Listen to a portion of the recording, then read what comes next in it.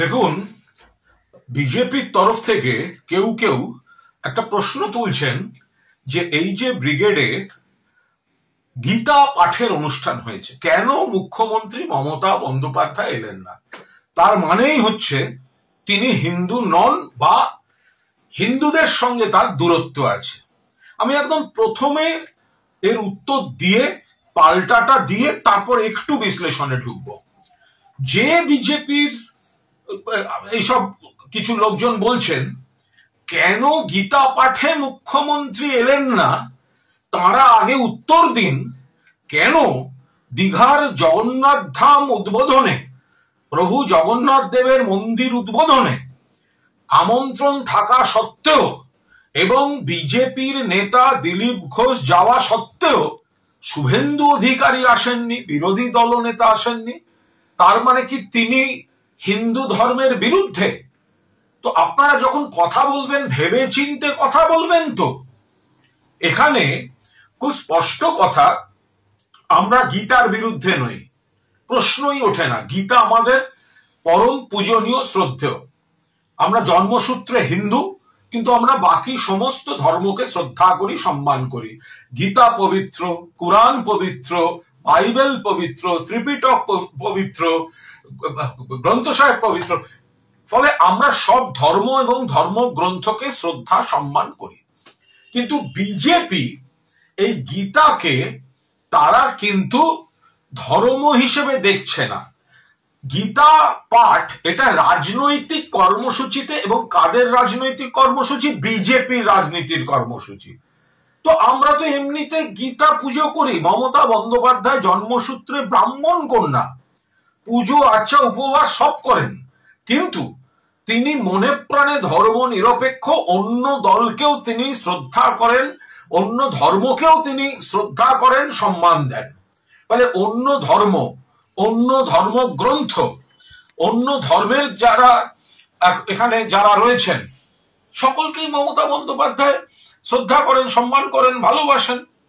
এখন ব্রিগেডে যেটা হয়েছে সেটা বিজেপির একটা পলিটিক্যাল ইভেন্ট অন্য মোড়কে হয়েছে, গীতাকে মিসইউজ করে হয়েছে। তো সেটাই মমতা বন্দ্যোপাধ্যায় জাননি। আবার সেইখানেই আমি বলছি, কাকে বলছেন হিন্দু থেকে দূরে? মমতা বন্দ্যোপাধ্যায় পুজো করেন না, দুর্গা পুজো কমিটিগুলোকে যখন সাহায্য দেন, তো তখন এই বিজেপি তো বলে কেন সাহায্য দিচ্ছেন, মামলা হয় কোর্টে। তখন কারা হিন্দুর পক্ষে আর কারা হিন্দুর বিরুদ্ধে? যদি এত হিন্দু, তাহলে বাড়ির থেকে খানিকটা দূরে পূর্ব মেদিনীপুরে দীঘাতে জগন্নাথ দেবের মন্দির উদ্বোধনে কেন গেলেন না বিরোধী দলনেতা? দিলীপ ঘোষ তো ছিলেন বিজেপির নেতা, তাহলে কেন যাননি? মাননীয় মুখ্যমন্ত্রী খুব সুন্দর উত্তর দিয়েছেন যে আমি বিজেপির, এটা যদি বিজেপির কর্মসূচি না হতো, যদি নিরপেক্ষ কেউ করতো, যেতাম। কারণ এটা বকলমে বিজেপি সবাই জানে উপস্থিত কারা কারা অর্গানাইজ করেছে, কিভাবে করেছে।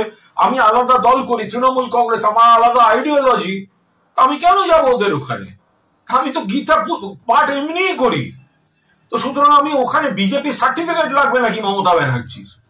ফলে যে বা যারা এই ব্যাখ্যাটা দিচ্ছেন তারা মনে রেখে দিন, এই বাংলায় মন্দির বা মন্দিরকে কেন্দ্র করে পর্যটনের উন্নয়ন মমতা বন্দ্যোপাধ্যায় করছেন না।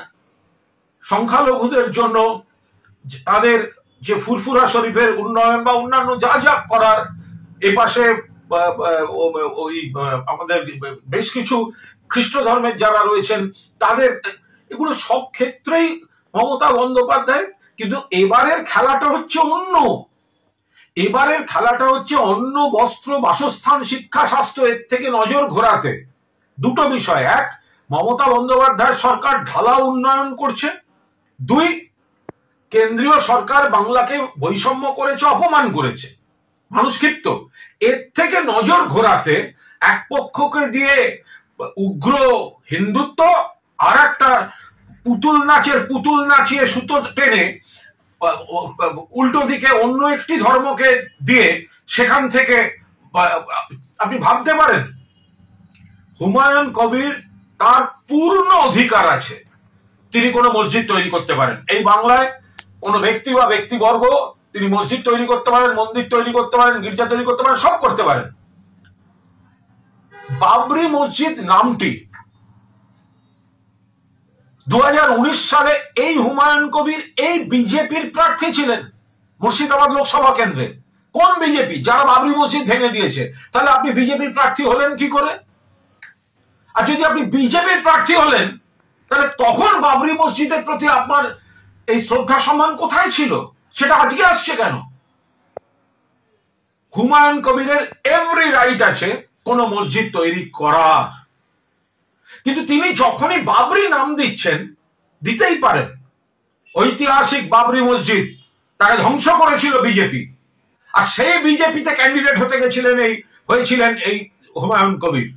তো তাহলে তার মুখে কি আজকে যখন বাবরি মসজিদ শুনবো আমরা কি একটুখানি প্রশ্ন তুলবো না যে হঠাৎ সেই বিজেপির ক্যান্ডিডেট আজকে এসছেন বিজেপির দ্বারা ধ্বংস করা মসজিদের নাম নিয়ে?